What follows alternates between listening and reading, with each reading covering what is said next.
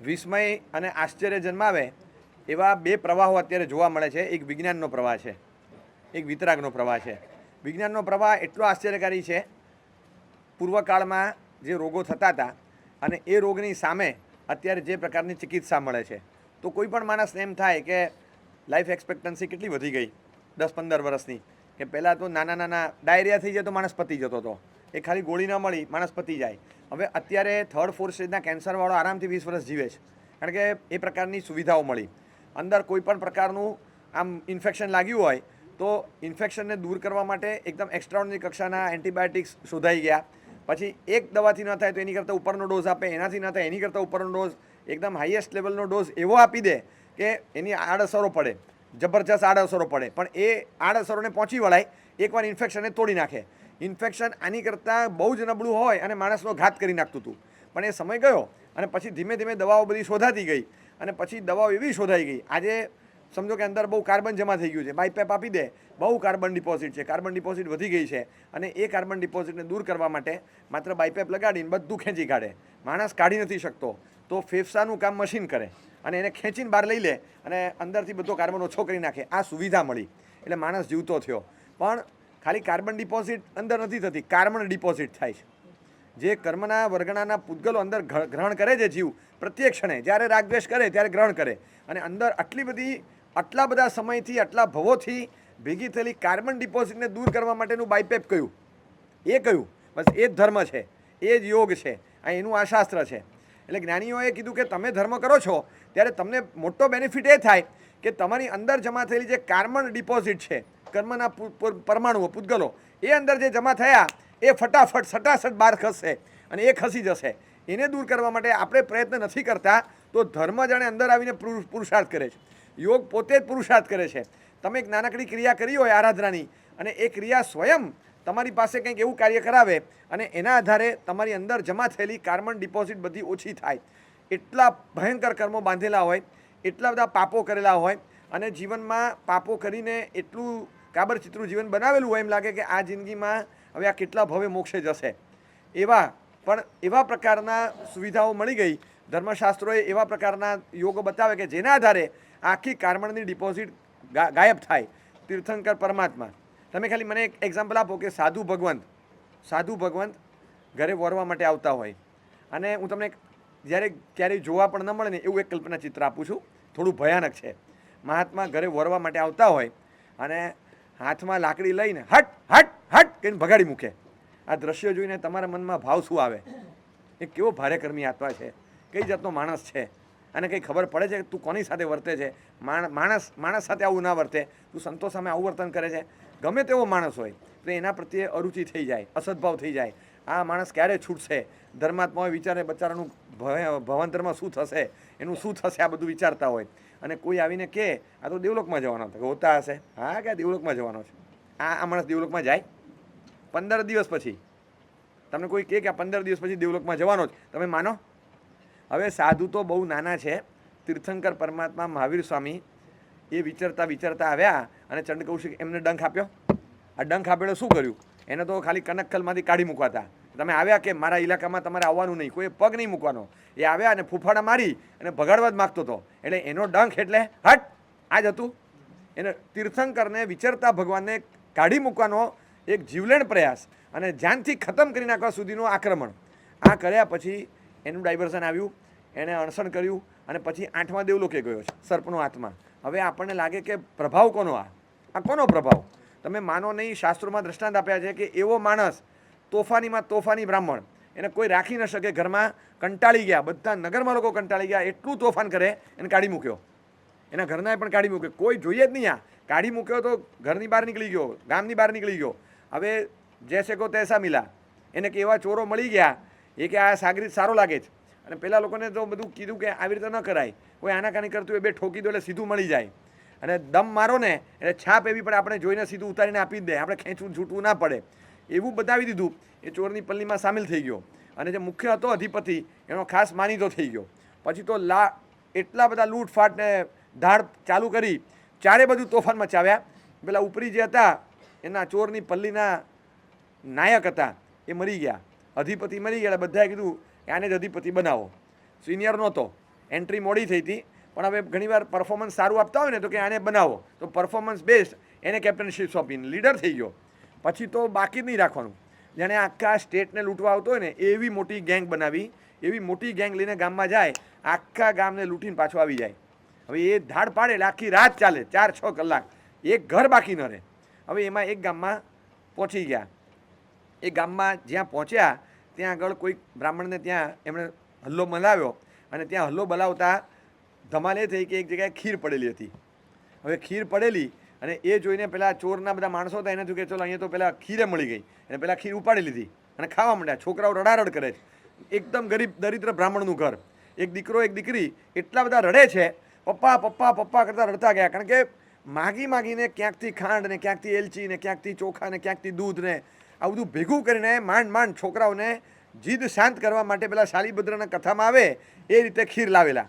માગી માગીને ભીખ માગીને લાવેલી ખીર આમને ખાલી ખાવા મળે એક માટે, એટલે આ જો લઈ જાય બધું તો છોકરાઓ રડારડ કરે. અમારી એને ઘર બળે બધું લઈ જાય વાંધો નહીં, ખીરમાં વાંધો હતો. નાના બાળકને કશી ખબર નથી પડતી કે શું થાય છે અને શું જઈ રહ્યું છે. હું બોરીવલી મેં ઘરે વરવા માટે ગયેલો, વરવા માટે ઘરે હજી પગ મૂક્યો, દરવાજો સહેજ ખુલ્લો, સહેજ, અને એ ખુલ્લો રાખતા, અને ગોચરીનો ટાઈમ હોય તો કે મહાત્માને ઠોકો ના પડે, સહેજ અડાડેલો હતો. મેં આમ ધક્કો મારીને ધર્મલાભ અંદર અવાજ આપ્યો. હવે દરવાજાની બરાબર પાછળ એક નાનો ટેણીઓ ઘરનો એ હાથમાં કંઈક લઈને કરતો હતો. તો મેં જેવો દરવાજો ખોલ્યો, મને તો ખબર નહીં પાછળ છે, મેં સહેજ દરવાજો ખોલ્યો એટલે એને અડ્યો સહેજ.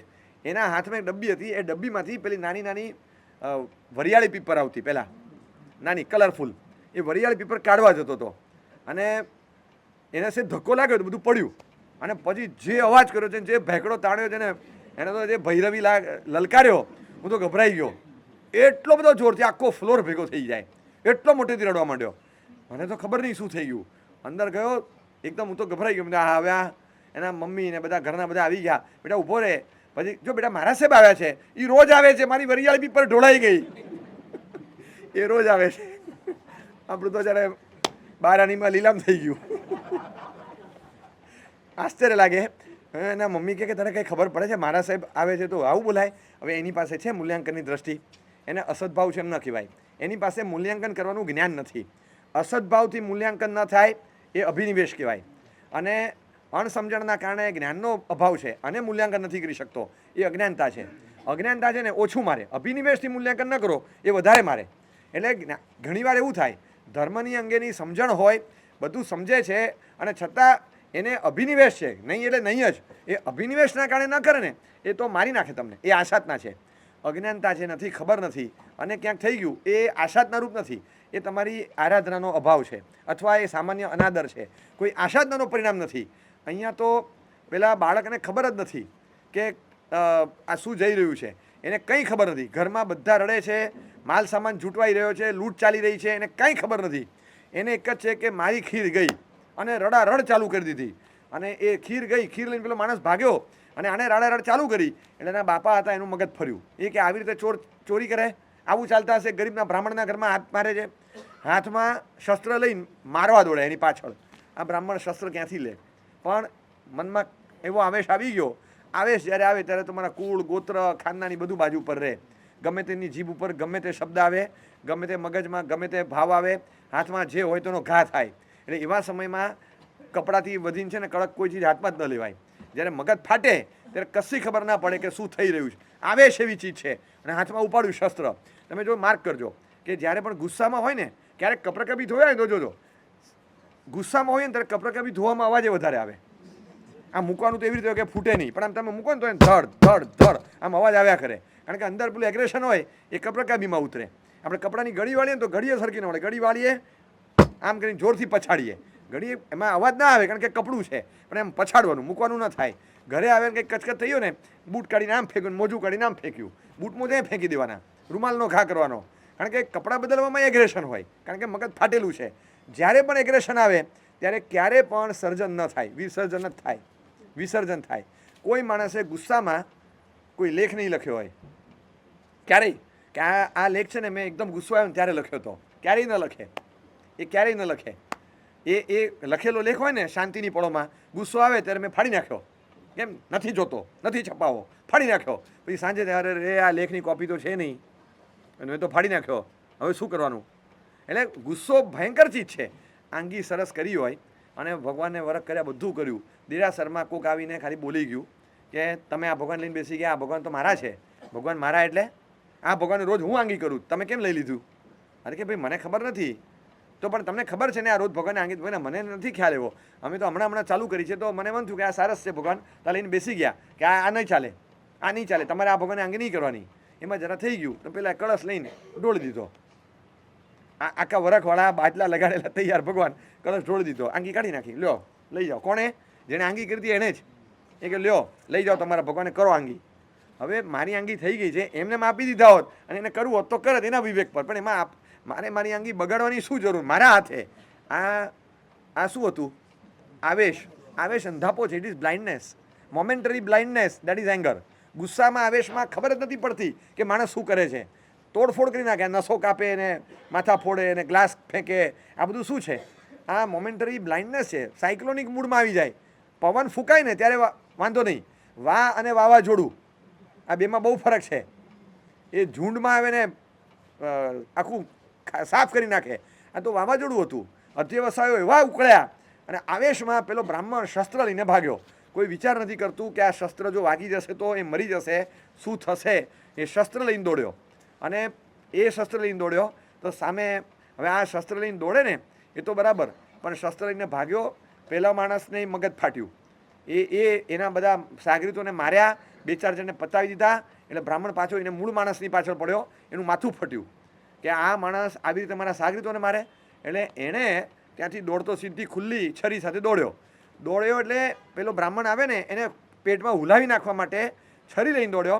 એ જ વખતે રસ્તામાં એક ગાય આવી, વચ્ચે આમ ગાય જાય છે, પસાર થાય છે, પેલો આવી રહ્યો છે, પેલો આમ ધસીને આવી રહ્યો છે, અડફેટે ગાય આવી ગઈ વચ્ચે. તો ગાય વચ્ચે એવા ટાઈમે આવી કે ગાયની સાથે ભટકાઈને પડ્યો, પિત્તો એવો ગયો, સીધી છરી મારી દીધી ગાયને અને ગાય મરી ગઈ. ગાય ખતમ થઈ ગઈ. ત્યાં તરફડિયા મારતી ગાય મરી ગઈ. આમ ચપ્પુ પાછી પેટમાંથી ખેંચીને પાછો દોડ્યો. પેલો આ વર્ણન લખ્યું છે, આ યોગશાસ્ત્રની ટીકાના શબ્દોનું હું ગુજરાતી બોલું છું. આખું વર્ણન લખ્યું છે, કથા આપી આની. એ મારે ને આ માણસ એટલે એટલો ખતરનાક માણસ છે કે એનો એક હાથ વાગે એટલે તમે બીજો માગી ન શકો. એનો પ્રહાર એવો છે. એનું નામ પડેલું દ્રઢ પ્રહાર, દ્રઢ પ્રહારી. એનું નામ એટલા માટે પડેલું, એટલો એક પંચ મારે ને બધા દાંત આઘા પાછા કરી નાખે, આખું ચોખ્ઠું બહાર આવી જાય, લોહી લુહાણ કરી નાખે, માથામાં વાગેલા શ્રીફળની જેમ વધેરાઈ જાય. એનો પ્રહાર પંચ એટલો પાવરફુલ અને જનુની માણસ. એટલે એનું નામ હતું નહીં, ફઈબાઈ કંઈક બીજું પાડ્યું હશે, પણ આ નામ એનું પડ્યું દ્રઢ પ્રહારી. એવો આ ચંડ કૌશિક નામ કોણે પડ્યું? ચંડ કૌશિક નામ નથી. અને કોણ બલી સાપના ફઈબા થાય તો એને ઓળી જોડી કરવા જાય? આ તો પૂર્વ ભાવમાં કૌશિક તાપસ હતો અને પછીના ભાવમાં ક્રોધી થયો. તો પેલો કૌશિક અને એ કૌશિક, આ ભાઈ કૌશિક નહીં, પેલા કૌશિક અને એ કૌશિક, અને એનો ગુસ્સો બહુ હતો એટલે પ્રચંડ કૌશિક. એના પરથી પ્રચંડમાંથી ચંડ થયું. બહુ પ્રચંડ સ્વભાવ છે, એમાં ચંડ થયું અને ચંડ કૌશિક નામ પડ્યું. કોઈ ફૈબા થોડા હતા કે નામ પાડવા ગયા, પણ પૂર્વના ભાવનું અનુસંધાન ચાલ્યું, એમાં એનો જે ગુણ હતો એની સાથે એટેચ થયો એટલે ચંડ કૌશિક નામ પડ્યું. આનો પ્રહાર એવો હતો અતિશય મજબૂત અને દ્રઢ પ્રહાર, તેનું નામ પડ્યું દ્રઢ પ્રહારી. ગાયને ખતમ કરી નાખી. પેલો માણસ આવ્યો, એમાં ઉપમા લખી છે કે ફણસના વૃક્ષની ડાળી કાપે, ફણસના વૃક્ષ ઉપર ઉગેલું ફળ આમ એક ચોપ મારીને જેમ નીચે પાડી દે ગોળ ફળ, એવી રીતે ફણસના ઝાડ પરથી કાપીને ફળ મેળવે એ રીતે એક જ ઘા અને ડોકું જુદું કરી નાખ્યું. ધડ પડી ગયું અને ડોકું ગોળ ગોળ ગોળ રગડતું ક્યાંય જતું રહ્યું. એક ઘામાં એનું આખું ડોકું ઉડાડી દીધું. એવો તેજોવધ. અને આ જોઈને એની પત્ની દોડતી આવી, પત્ની પ્રેગ્નન્ટ છે, એ દોડતી આવી કે આ શું કરે છે, મારા પતિને મારી નાખ્યો. એ દોડતી આવી, દોડાતું નથી અને એને જોરથી લાત મારીને પાડી, એને પેટમાં માર્યો. પેટમાં મારવાના કારણે ગર્ભ તરફડિયા મારતો બહાર નીકળી ગયો અને એ ગર્ભ પણ તરફડીને મર્યો અને સ્ત્રી પણ મરી ગઈ. અને આ તો બધું પત્યું અને પહેલા 2 બાળકો એટલા રડે ગભરાઈને ત્યાં ઊભા છે. એ જે રડે છે ને આક્રંદ કરે છે, હવે સમજાયું કે હવે ખીર માટે રડવાનો અવસર નથી, કારણ કે સર્વસ્વ ગયું છે. હવે ખીર એમને યાદ નથી આવતી. બાળપણમાં પણ અમુક વખતે સમજણ આવે, હવે ખીર માટે નથી રડતા, હવે રડે છે. આખો અલગ એપિસોડ છે. ભયંકર રુદન ચાલુ થયું અને રડતા એમનું જે આક્રંદ હતું એ આક્રંદમાં જે શબ્દો નીકળે અને હવે અમારું કોણ ને એ જે અંદરથી વિલાપ નીકળ્યો, 2-5 મિનિટ સુધી ધારીને આ જોયા કરે છે. એ જોઈને અંદરથી હલી ગયો. એ કે આ શું, અમે શું કરી નાખ્યું? હાથમાં હજી છરી છે, આમ એને મનમાં થયા કરે છે, ધ્રુજે છે, આખું કાયા ધ્રુજે કે આ મેં શું કર્યું, મેં આ શું કરી નાખ્યું, મેં આ શું કર્યું. એને એટલો બધો પશ્ચાતાપ થયો કે મેં આવી હત્યા કરી, આવો ભયંકર પાપ, આવો ભયંકર આચાર અને આવું આક્રમણ, મેં સમજણ ગુમાવી. 3 મિનિટની અંદર 4 જીવ મારી નાખ્યા અને અમે શું કરી નાખ્યું. અને ભલે ગુંડો, ભલે ચોર, પણ એ આસ્થાળુ પ્રજા હતી. એ જે સંવાદો હતા ને શાસ્ત્રોના, એ હવામાં ફરતા હોય. એને બધું યાદ આવ્યું કે ભયંકર કોટીની નરકની યાતના એ ભોગવે જે બ્રહ્મ હત્યા, ભ્રૂણ હત્યા, સ્ત્રી હત્યા અને ગો હત્યા કરે. 4 થઈ, 4 થઈ. બ્રહ્મ હત્યા, ભ્રૂણ હત્યા, સ્ત્રી હત્યા અને ગો હત્યા 4 કરી નાખી વિધિન 3 મિનિટ્સ. હું કઈ ગતિમાં જઈશ એટલો બધો ગભરાઈ ગયો અને અંદરથી પાપનો પશ્ચાતાપ ડંખ મારે છે. શું કરું, શું કરું. તમને આશ્ચર્ય થશે, આ રૂવાટા ખડા થયેલી સ્ટોરી અને યોગશાસ્ત્રકાર લખે છે, આ દ્રઢ પ્રહારી એ જ ભવમાં કેવળ જ્ઞાન પામીને મોક્ષે જાય છે. શું કર્યું એણે, શું કર્યું? આ 3 મિનિટ જુઓ તમે. હવે આગળનો એપિસોડ તો હવે આવે છે, પણ આવો પાપી જેણે કશું છોડ્યું નથી, ધર્મ પ્રત્યે શું આસ્થા પ્રગટાવે, જેને આમ રજૂ કરવાનું છે ને શ્રાવક ધર્મના 35 ગુણો, એના વ્રતો, આગળ જતા સાધુના ગુણો, આ બધું જે બતાવવાનું છે એના પહેલાં ધર્મનું પ્રોપર માર્કેટિંગ કર્યું છે. એમણે બતાવ્યું કે ધર્મ એની ઇમ્પેક્ટ શું આવે છે, એની અસર શું પડી શકે. ગમે તે કરી નાખ્યું, પણ આટલું બધું કાર્બન જે જમા થયેલું હતું એને કાઢવા માટે જેમ બાયપેપ લગાડે એમ કાર્બન ડિપોઝિટ આટલા મોટા પાયે થયેલી અને એને હવે બાયપેપ લગાડવાનું હતું. હવે સામાન્યથી થાય એમ નથી, પંપથી થાય એમ નથી, કોઈ રીતે થાય એમ નથી, શ્વાસની ધમણ ચાલે એમ નથી, લંગ્સ નબળા પડ્યા છે. હવે કરવાનું શું? હવે એની પાસે એક ઓપ્શન એક જ છે. ડૉક્ટર ઘણીવાર કહે કે હવે બાયપેપ ચડાવવું પડશે, બાયપેપ પર ચડાવી દો, આ એમને નીકળે એમ નથી. અરે મારી પાસે ઓક્સિજન આ સિલિન્ડર બધું બરાબર છે, પણ આમાં છે ને તમારે ઓક્સિજને જઈને કાર્બને કાઢશે, આ બે કામ ભેગા થશે, આમાં બાયપેપ જોશે જ વગર ચાલશે નહીં. એટલે હવે ચાલે એમ નહોતું. એ ત્યાંથી હાથમાં છરી અને છરી લઈ અને આ ખૂની માણસ ત્યાંથી નીકળે છે. આવો ભયાનક આચરણ કરનારો જેણે ઇતિહાસ સર્જી દીધો 3 મિનિટમાં. સિરિયલ કિલરના એપિસોડ આપણે વાંચતા હોઈએ ને, ક્રાઇમ પેટ્રોલના એપિસોડ વાંચતા હોઈએ, એ બધા બાજુ પર રાખી દે ને, એવો ખતરનાક રોલ હતો. કોઈ ખુન્નસવાળો માણસ અને જેને જોઈને એમ લાગે કે આ માણસને શું થયું છે, શું થયું છે, કે આવું તો એ કઈ રીતે કરી શકે, માણસની કક્ષામાં કરી ન શકે એવી રીતનું. અને જ્યારે આવેશ આવે ને ત્યારે માણસ રહેતો નથી. તમે સમજી જાઓ, માણસ રહેતો નથી. એ જે કામ કરશે એ માણસ નહીં રહે. આપણે વાંચીએ જ લાશના 35, 50, 100 ટુકડા કરી ઓવનમાં પકાવીને ખાઈ જાય. પુરાવાના નાશ કરવાના કોઈ રાક્ષસી પ્રયોગો હોય આનાથી વધારે? આવા પ્રયોગો કરનારા પણ આ દુનિયા પર મનુષ્ય આકારે જીવે છે. આપણને લાગે કુદરતે 2 પગ, 1 પૂંછડી ને 2 શિંગડા ઓછા આપ્યા, બાકી આ પશુ જ કહેવાય, ઓછા આપ્યા. આવી રાક્ષસી વૃત્તિ સાથે જીવનારા હોય, આવેશ જ્યારે આવે, ધર્મ વગરની જિંદગી છે ને એ તમે ભૂલી જાઓ કે ધર્મ વગરની જિંદગી એટલે ગુણ વગરની, વિવેક વગરની અને શાંતિ વગરની જિંદગી છે. ધર્મ વગર જીવીને બતાડે કોઈ, ધર્મ વગર અને શાંતિ સાથે બને જ નહીં. વિવેક જ ન હોય, શાંતિ જ ન હોય, એને સમજણ પણ ન હોય, જીવનમાં કશું ના આવે. ધર્મ વગરનું જીવન ધર્મેણ હીના પશુભી સમાના લખે છે કે આમાં માત્ર પશુ તરીકેનો ઉલ્લેખ નથી થતો, બાકી સમાન ધોરણ છે. ધર્મ જીવનમાં નથી એટલે જીવનમાં કશું જ નથી રહેતું. આપણે તો પાપા પગલી માંડીએ છીએ, પણ એક ગુણાત્મક ધર્મ, સમજણનો ધર્મ કંઈક પણ આવ્યો ને, 2 શબ્દ કાને સાંભળીને પડ્યા હોય, એ શબ્દ ક્યાંક બહાર જતાં કામ લાગી જાય અને કોકની સામે બોલતા અટકી ગયા, કોકની સાથે સંબંધ બગડતો વિનાશતો અટકી ગયો, ક્યાંક કોકની સાથે અણબનાવ થતો અટકી ગયો, ત્યારે ધર્મ જીવનમાં સ્થાન આપે છે. ઘણા બધા પરિવારોમાં પારિવારિક સ્ટેબિલિટી જે છે ને એ ધર્મના આધારે છે. એ ધર્મ ગમે તે સ્વરૂપે હશે, સમજણ સ્વરૂપે, મોટાઓમાં વાત્સલ્ય સ્વરૂપે હશે, મોટાઓમાં ઉદારતા સ્વરૂપે હશે, નાનામાં વિનય વિવેક સ્વરૂપે હશે, અથવા તો ઔચિત્ય સ્વરૂપે હશે, અથવા સહિષ્ણુતા સ્વરૂપે હશે, પણ એ હશે. અને બધું બેઠ્યા પછી છેલ્લે ધર્મ સાચવીને રાખ્યો હોય, ધર્મના આધારના એમ આપણાથી જુદા ન થવાય, એમ ન થવાય જુદા, એમ કેવું લાગે, ન કેમ થવાય. આ નિયમ કોણે લખી આપ્યો છે? આ નિયમ કોણે લખી આપ્યો છે? બધા થાય છે, આપણે કેમ ન થઈ શકીએ? આ ભારત વર્ષમાં ગુજરાતી પ્રજામાં આ એક આપણે ત્યાં આવ્યું ને, ના એમ ન થવાય, તો ભલે ઘણા થતા હોય છે, પણ હજી પણ જે આ માનસિકતા જે ટકી છે ને એનું મૂળ કારણ શું ખબર છે? કે આપણું એક સ્પિરિચ્યુઅલિટીના ટચવાળું સિવિલાઇઝેશન, એના કારણે છે. હમણાં એક બુક વાંચી, બુકનું ટાઇટલ હતું હ્યુમન સિવિલાઇઝેશન, અને મજા તો ક્યાં આવી, 300 રૂપિયાની બુક 150માંથી, એટલે બોર્ડ મારેલું હ્યુમન સિવિલાઇઝેશન ઓન સેલ. ખડખડાટ હસતો તો મેં કીધું આ એકદમ સાચું માર્યું છે. ખરેખર નાગરિકતા લીલામ થવા જઈ રહી છે. આમ જોવા જઈએ ને actually human civilisation is on a grand cell. અત્યારે જોવા જઈએ તો આ જ ચાલે છે. ક્યાંય સંસ્કાર જોવા ન મળે. અને એ સંસ્કારનું અધપતન થયું હોય ત્યારે માણસ સાથે રહે કે શેના આધારે? ધર્મના આધારે રહે છે. કોણ ધર્મની અનુમોદના કરે છે? આવો ધર્મ એની કોણ અનુમોદના કરવાનું છે? કે ઘરમાં આટલી સેવા કરે છે આની અનુમોદના કરીએ ત્યારે ખબર પડે કે આ ધર્મની અનુમોદના છે. વિવેક જાળવે છે, મોટાનું માન જાળવે છે. ના પાડીને એકવાર ઈચ્છા હોવા છતાં પણ નાની ઉપરવટ નથી જતો, મનમાં કદાચ અસદભાવ થાય તો પણ એ ઓવરરૂલ નથી કરતો. આ આમન્ય જળવાય આ પણ ધર્મ છે. પાયાનો ગુણનો ધર્મ છે. આટલો ધર્મ ટક્યો હોય એ પરિવાર ટકે છે. બધી રીતે પુણ્ય બેકઅપમાં હોય ત્યારે આર્થિક રીતે માણસ સ્ટેબલ રહે છે. જો પુણ્ય ધર્મના આધારે ઊભું થયું છે. એટલે ફાઇનાન્શિયલ સ્ટેબિલિટી, પરિવારની સ્ટેબિલિટી, શાતાવેદન્ય કર્મ, જૈના કરુણા પાળીને દયા પાળીને ઊભું કર્યું. એના કારણે ફિઝિકલ સ્ટેબિલિટી બધું ધર્મને આધીન.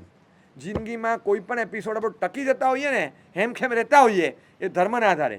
ધર્મ ગયો એટલે બધું ગયું. તમારું જે અંદરનું તત્વ ગયું, જેના આધાર પર ટકવાના હતા કે ટકતા હતા એ જ ગયું. તો ધર્મ ટક્યો શેના આધારે? માત્ર આના આધારે. એટલે ધર્મ જીવનમાં આપણને ટકાવે છે, આપણને આગળ વધારે છે. એટલે જીવનમાં બધું છોડાય પણ ધર્મને ન છોડાય. ગમે તે ભોગે કંઈ ન કરાય. ચોવિયારની બાધા લીધેલી એક ભાગ્યશાળી મુંબઈમાં. અને જ્યારે બાધા લેવા આવે ને આવી અવસ્થામાં એમણે હાથ જોડ્યો હતો. અહીંયા 2-3 જગ્યાએ બેન્ડેજ મારેલા, હાથ આમ હતો અને આમ હાથ જોડ્યો. આમ આમ પ્લાસ્ટર હતું બેગમાં અને આમ હાથ જોડ્યો. સાહેબ 24ની બાધા આપજો. આવી અવસ્થામાં તો આ કોઈ લે નહીં. લીધેલી હોય તો છૂટ લેવા આવે આવી અવસ્થામાં. પણ આ રીતે બાધા લીધી. મેં કહ્યું મને કે આપણે લાઈફ ટાઈમની જોઈએ છે.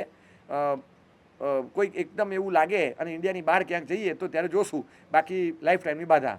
પછી તો થોડા પરિચયમાં આવ્યા, મને ખબર પડી ભાઈ શું કરે છે. હવે આ ભાગ્યશાળીને કોઈક હશે કામ, એ ભાઈનું જે પણ કામ હશે તે પણ એમાં થોડુંક એ કામના ભાગરૂપે થોડુંક જોખમી કામ એમના ભાગે આવતું. અહીંયાથી ત્યાં પહોંચાડવાની.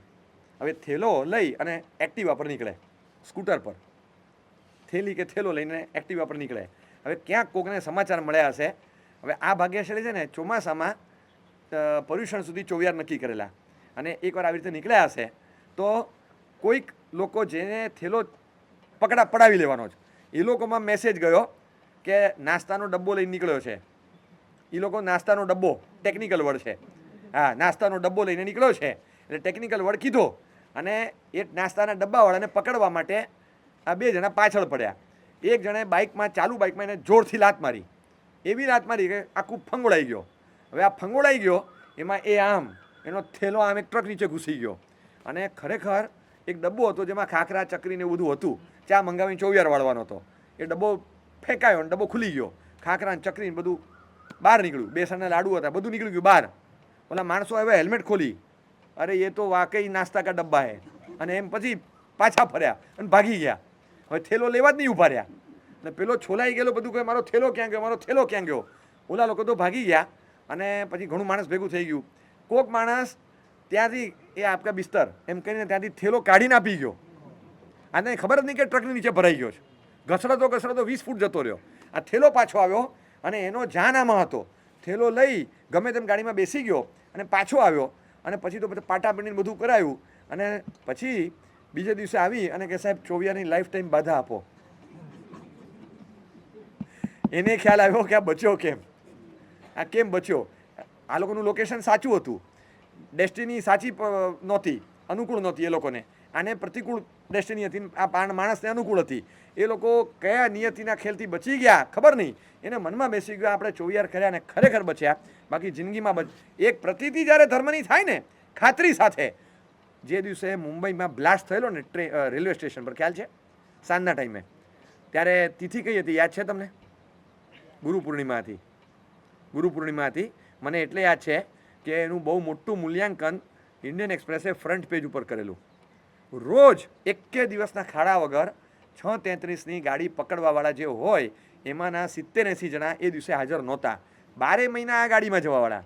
એ જ દિવસે આગલા દિવસથી 24 હાઉસમાં પાસ લીધા અને 4 મહિના 24 વાળા એ બધા મુંબઈના 24 હાઉસમાં હતા. એમાંના કેટલાક ઘરે જઈને 24 કરવા હોય તો એણે 6:33ને બદલે એણે 6:05ની પકડી લીધી.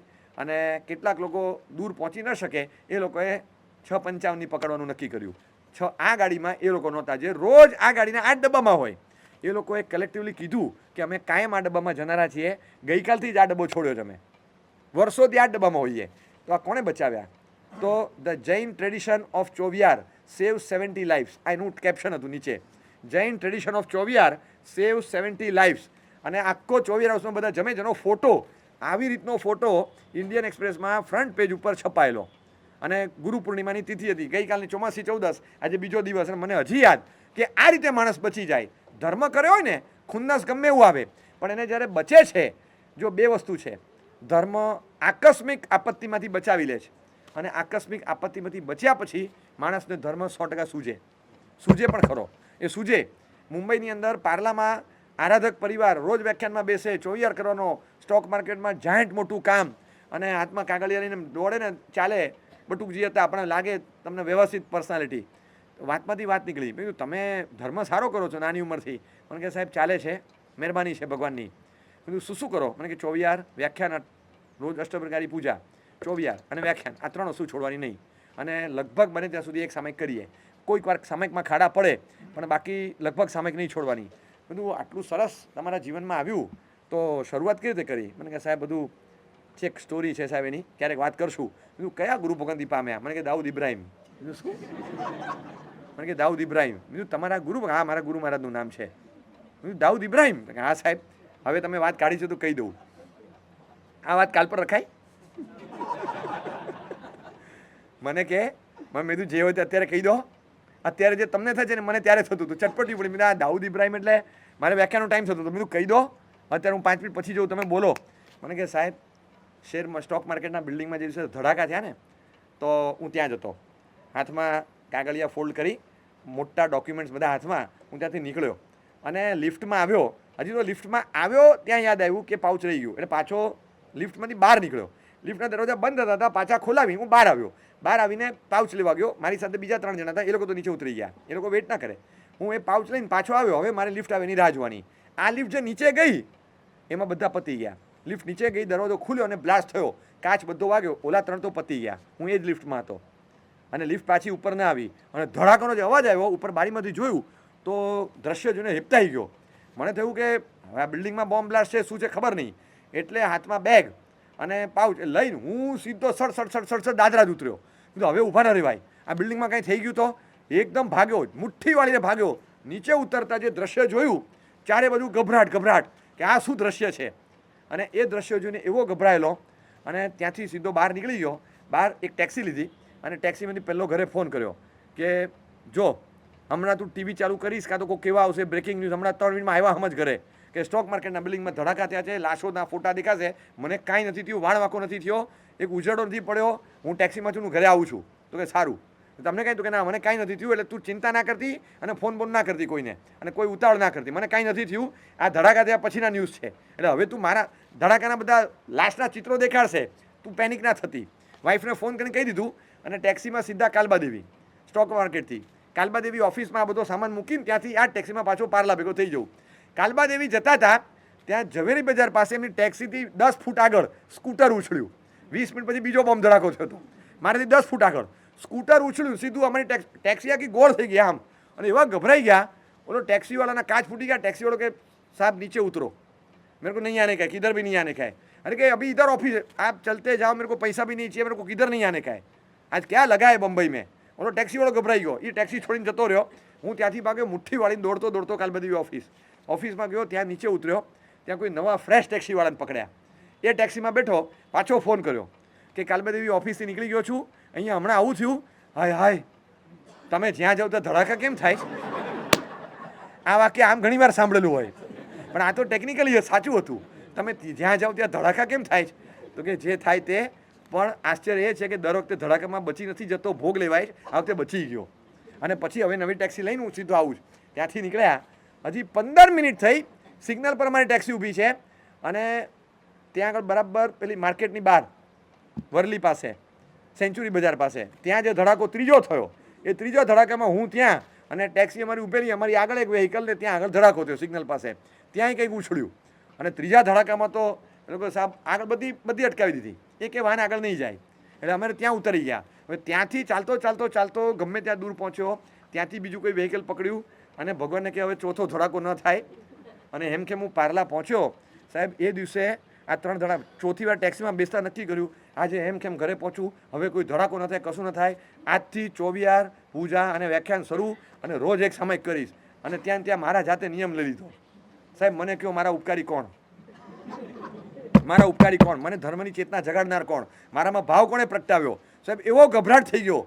આકસ્મિક આપત્તિમાં ધર્મ તમારું રક્ષણ કરે છે અને આકસ્મિક આપત્તિમાં રક્ષણ થઈ જાય ને એ જૂના કોઈ ધર્મના પ્રભાવે જ હોય, પણ પછી ધર્મ સાથે જોડાવાનું છે ને સહજ મન થાય, મનમાં થાય. કોઈ આપત્તિ આવી જ નથી આપણે જિંદગીમાં, કોઈ આપત્તિ કોઈની જોઈ પણ નથી. મનમાં એમ થઈ જાય કે આ કેમ છોડાય? જે ભાવ મળ્યો છે એ બીજા પર્પઝમાં એનો ઉપયોગ જ નહીં કરવાનો. હેતુફેર માટે જગ્યા વાપરવી એ જેમ કાયદેસર ગુનો છે એમ હેતુફેર માટે આ જગ્યા વપરાય. આ ભાવ જે હેતુ માટે મળ્યો હોય એના માટે જ વપરાય. એ અધર પર્પઝમાં રેસિડન્સમાં પાસ થયો હોય ને કમર્શિયલ વાપરે તો ગુનો છે, તો ગુનો જ બને જ. એ રીતે હેતુફેર માટે નથી વપરાતો. એટલે એ જગ્યા જે પર્પઝ માટે છે એમાં જ વાપરવાની. ધર્મ કરતાં પહેલાં આ ઉદાહરણ આપીને જ્ઞાનીઓ કહે છે કે આવા પ્રારંભિક કક્ષાના ધર્મમાં પણ પ્રવેશ કરવો હોય તો તમે સમજી લો કે ધર્મની ઇમ્પેક્ટ શું છે, ધર્મની તાકાત શું છે. આટલું બધું અંદર કાર્બન ડિપોઝિટ હતી. કેટલી? ગો હત્યા, બ્રહ્મ હત્યા, ભ્રૂણ હત્યા અને સ્ત્રી હત્યા, 4 હત્યા કરનારો ઘાતકી એ ધડપ્રારી બચી જાય એનું કારણ એક જ કે જીવનમાં ધર્મ લીધો. ત્યાંથી નીકળે છે ને સાધુના દર્શન થાય છે. સાધુના દર્શન. અને સાધુના દર્શન થયા, હાથમાંથી છરી મૂકી દીધી અને સાહેબને કીધું સાહેબ બહુ ભયંકર પાપી છું, મારો છુટકારો થાય? સાહેબે એકદમ મંદ સ્વરે એક સ્માઇલ સાથે એટલો અવાજ આપ્યો, ગમે એવો પાપી હોય ધર્મના શરણે આવે એનો 100% છુટકારો થાય, ગમે એવો પાપી હોય. સાહેબ બ્રહ્મ હત્યા કરે નરકે જાય? તો કે હા. ભ્રૂણ હત્યા કરનારો નરકે જાય? તો કે જાય.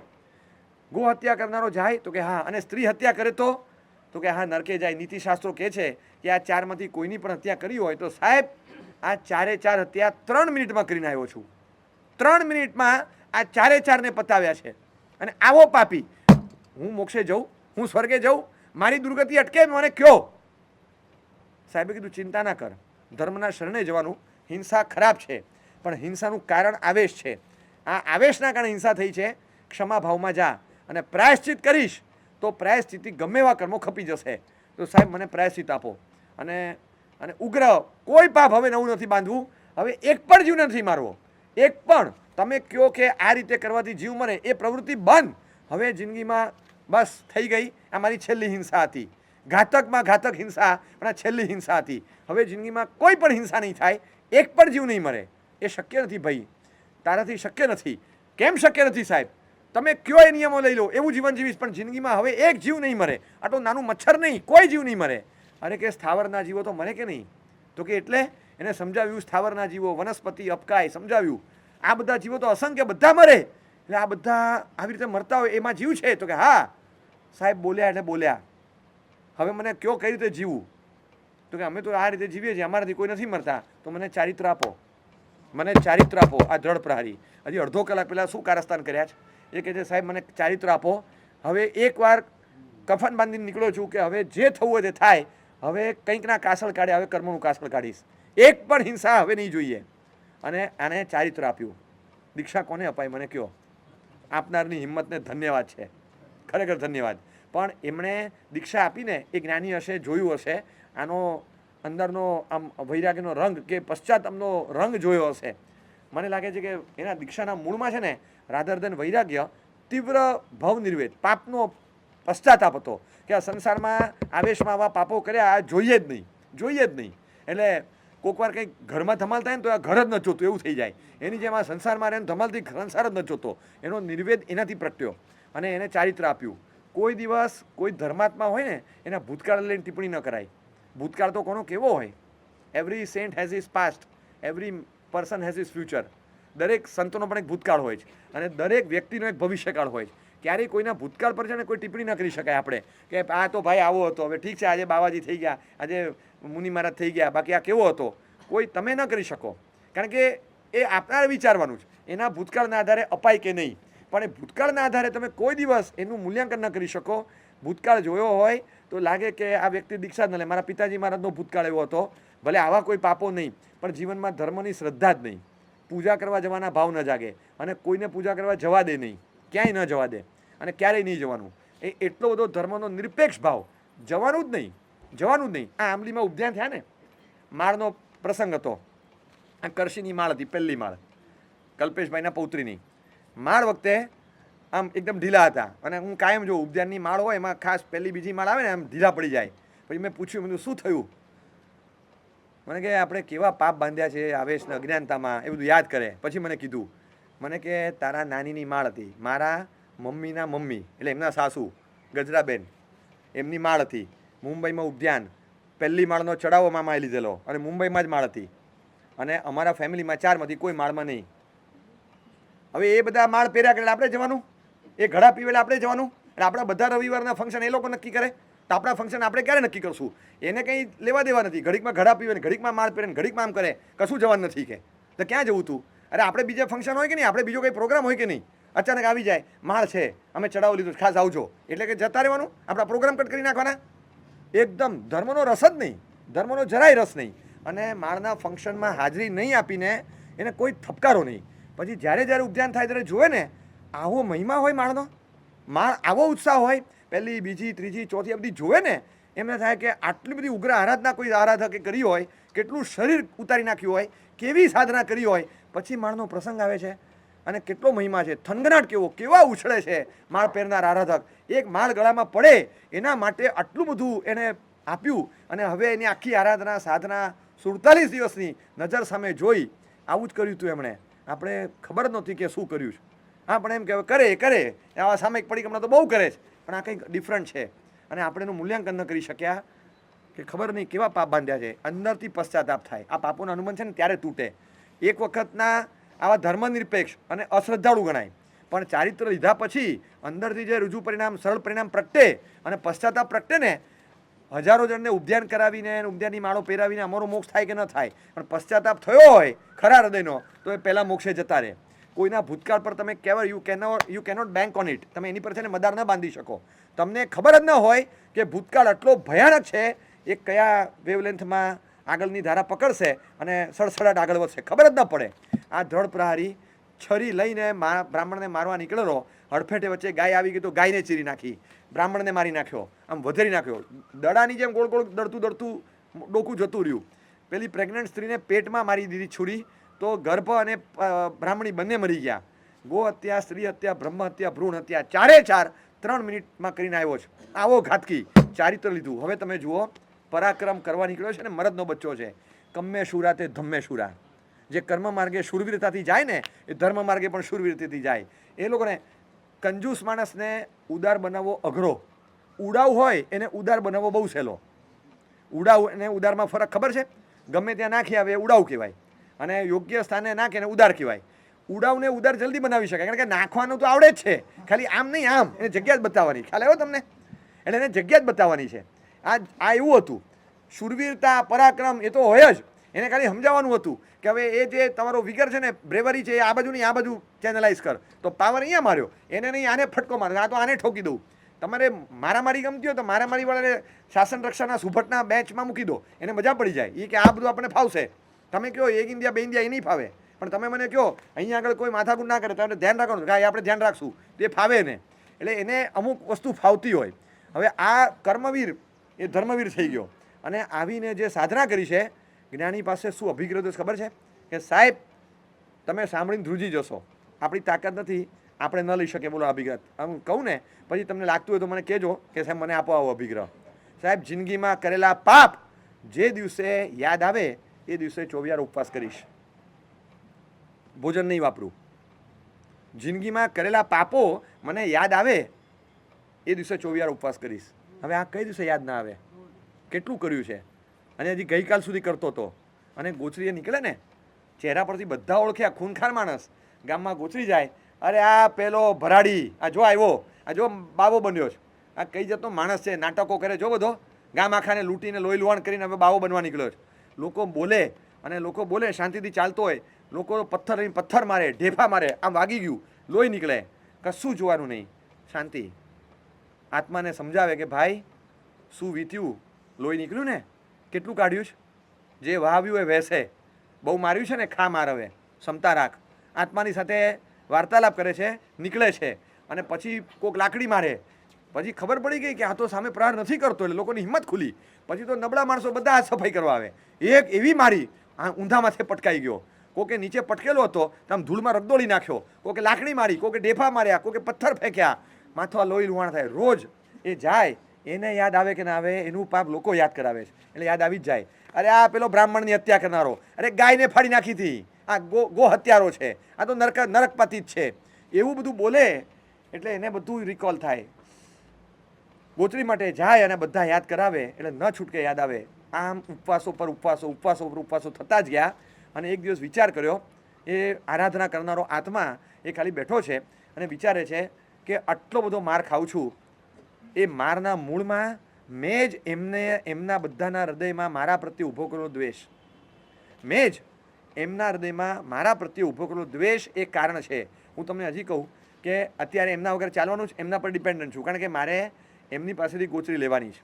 હવે એમની પાસેથી મારે જે હું એમના પર ડિપેન્ડન્ટ છું, મારે લેવાની ગોચરી એમના રસોડેથી, અને એ લોકો મારી સાથે આવું વર્તન કરે છે, પાછું મારે ત્યાં જ સમાધાન કરીને લેવું હશે તો ત્યાંથી જ લેવાનું છે. તો મારી પાસે અડધો કલાકમાં મારું કામ પતાવવા માટે એક ઓપ્શન એ છે કે એ લોકો આવું કેમ કરે છે, હું આની સામે શું પ્રતિક્રિયા આપું, હું આને શું જવાબ આપું. મને પથ્થર મારે, મને હાથમાં ઉપાડતા આવડે, એ પથ્થર ઉપાડે છે ને ગબડાવી દઈશ, આવડે છે, કરતા નથી એટલે શાંતિ રાખજે. એક રાડ પાડતા આવડતી હતી પણ એ નહીં. એણે એ વિચાર કર્યો કે આ લોકોને આવા મનમાં ભાવ કેમ પ્રગટ્યા, ખુન્નસ મૂળમાં તો નથી, માણસો સારા છે, બીજા સંતોને ભિક્ષા આપે છે, તો મને કેમ ઢેફા મારે છે? એટલા માટે કે મારા પ્રત્યે જનૂન છે, ખુન્નસ છે, દ્વેષ છે, અને એ દ્વેષ ડિપોઝિટ મારા કરતૂતથી જ થયો છે. કામતભાઈ તે એવા કર્યા છે, તારા પ્રત્યે આદર કોને રહે? અને તારો આ વેશ છે ને વાસ્તવમાં વ્યાજબી નથી આ લોકોની દ્રષ્ટિએ, એ જે કરે છે ખોટું નથી. એણે પોતે વિક્ટિમ પોતે જસ્ટિફાઈ કરે છે કે ધેર એક્ટ વોઝ વેલિડ. તમે વિચાર કરો કેટલી પારદર્શકતા. કોઈ દિવસ બીજો જસ્ટિફાઈ કરશે, આપણે તો છે ને ભોગ બન્યા હોય ને, નહીં બિલકુલ નહીં, એમની વાત ખોટી જ હતી, એમને ખોટી જ દાદાગીરી કરી. બધા કહે કે ના ના એ મોટા હતા, એમની વાત નહીં, મોટા હતા તો શું થયું, દાદાગીરી કરવાનો હક થોડો મળે. આપણે વિક્ટિમ બન્યા હોય ને આપણે કોઈ દિવસ જસ્ટિફિકેશન નહીં આપીએ. એમણે વિક્ટિમ બનેલ વ્યક્તિ પોતે જસ્ટિફાઈ કરે કે they are right, their act is valid. આ મારા કરતૂત એવા છે, આ તો દયાળુ છે, કોઈ છરી લઈને ફોંકી નથી દેતું અને પેટ ચીરી નથી નાખતું. બાકી આ દ્રઢ પ્રહારીએ શું કર્યું છે મારું મન જાણે છે. આ એકદમ વેલિડ છે, એમના પક્ષે કોઈ ખોટા નથી, પણ મારું પાપ મને યાદ આવે છે, એ સ્મૃતિમાંથી ખસતું નથી. આજે ઉપવાસ, ચોવીયારા ઉપવાસ, રોજ ગોચરી નીકળે અને ન મળે ને અને પાછા ફરે, એ ઋષભદેવ, પણ ખાલી એનું પાપ યાદ આવે અને પાછા ફરે. આ દ્રઢ પ્રહારી શું સાધના છે, પશ્ચાતાપ ખરા હૃદયનો. આ મનમાં છે ને કોઈક પાપો ડંખી ગયા હોય, અમુક પાપો એ થયા હોય ત્યારે થઈ ગયા હોય, આવેશમાં, અણસમજણમાં, જોશમાં, યુવાનીના આવેશમાં થઈ ગયા. હવે એ પાપ નથી કહી શકાતા, નથી પ્રાયશ્ચિત લઈ શકાતું, નથી કબૂલ કરી શકાતા, અને ડંખે છે અંદર. અને પાપના ફળ કેવા મળશે એનાથી તો ઓર ડંખે છે. કેવા જઈએ તો એની કરતાં વધારે એમ લાગે છે કે કહી તો શકાશે જ નહીં. હવે એ પાપ ડંખતા હોય અને આવો અભિગ્રહ કરવો હોય કે આ પાપ મને જે દિવસે યાદ આવે ને એ દિવસે ઉપવાસ કરીશ, થઈ શકે? કેટલા ખેંચાય? એ ડંખતું પાપ સતત સ્મૃતિમાં રહે. આમણે ઉપવાસ પર ઉપવાસ મહિનાઓ ચાલ્યા જ કર્યું, ઉપવાસોની ધારા ચાલી, અને એક દિવસ એટલો પશ્ચાતાપના ભાવમાં ચડી ગયો કે આટલા બધા પાપો બાંધ્યા. ધરડ પ્રહારી કેટલા જીવોને તે હેરાન કર્યા છે, બધા જીવોને ખમાવી દે, ખમાવ બધા જીવોને.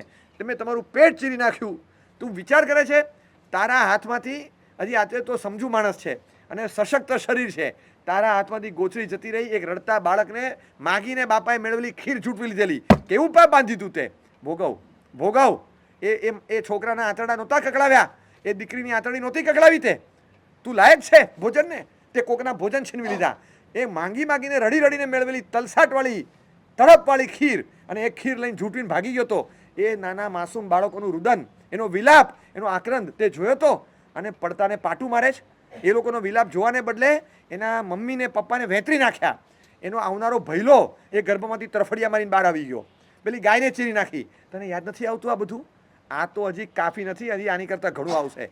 તારા પાપ હજી પ્રકાશે ને એટલી વાર છે. તું લાયક છે, તું આને જ લાયક છે. બસ એ જીવો તમને ખમાવું છું. તમને જે પીડા આપી, અણસમજુ હતો, આવેશમાં હતો, આજે તમારી સામે આવી શકું એમ નથી, પણ તમને ખમાવું છું. મિચ્છામિ દુક્કડમ, મિચ્છામિ દુક્કડમ, મિચ્છામિ દુક્કડમ. તમને જે પીડા આપી હોય, આજ સુધી જેને લૂંટ્યા, અણહકનું લૂંટ્યું, મિચ્છામિ દુક્કડમ. પાછળ તમારા પર શું વીત્યું, તમે કોઈ પ્રસંગ માટે ભેગું કરી રાખેલું, હું ઝૂંટવીને જતો રહ્યો, પાછળ તમે કેવા રડ્યા હતા એ જોવા માટે મેં આંખ કે કાન નહોતા મૂક્યા. આજે મને તમારા વિલાપો સમજાય છે કે તમારી પર શું વીત્યું હશે.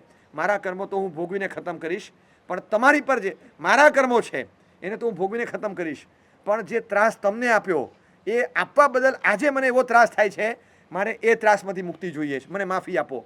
આ કર્મોની પીડા તો ભોગવી લઈશ, એ તો મારા બાંધેલા જ, પણ તમને ત્રાસ આપ્યો અને હવે સમજણ પડે છે કે કેવો ત્રાસ આપ્યો. એ ત્રાસ આપવાનું સમજાઈને હવે મને જે ત્રાસ અંદર થાય છે ને એ ત્રાસમાંથી મને મુક્તિ આપો. મિચ્છામિ દુક્કડમ, મને ક્ષમા આપો.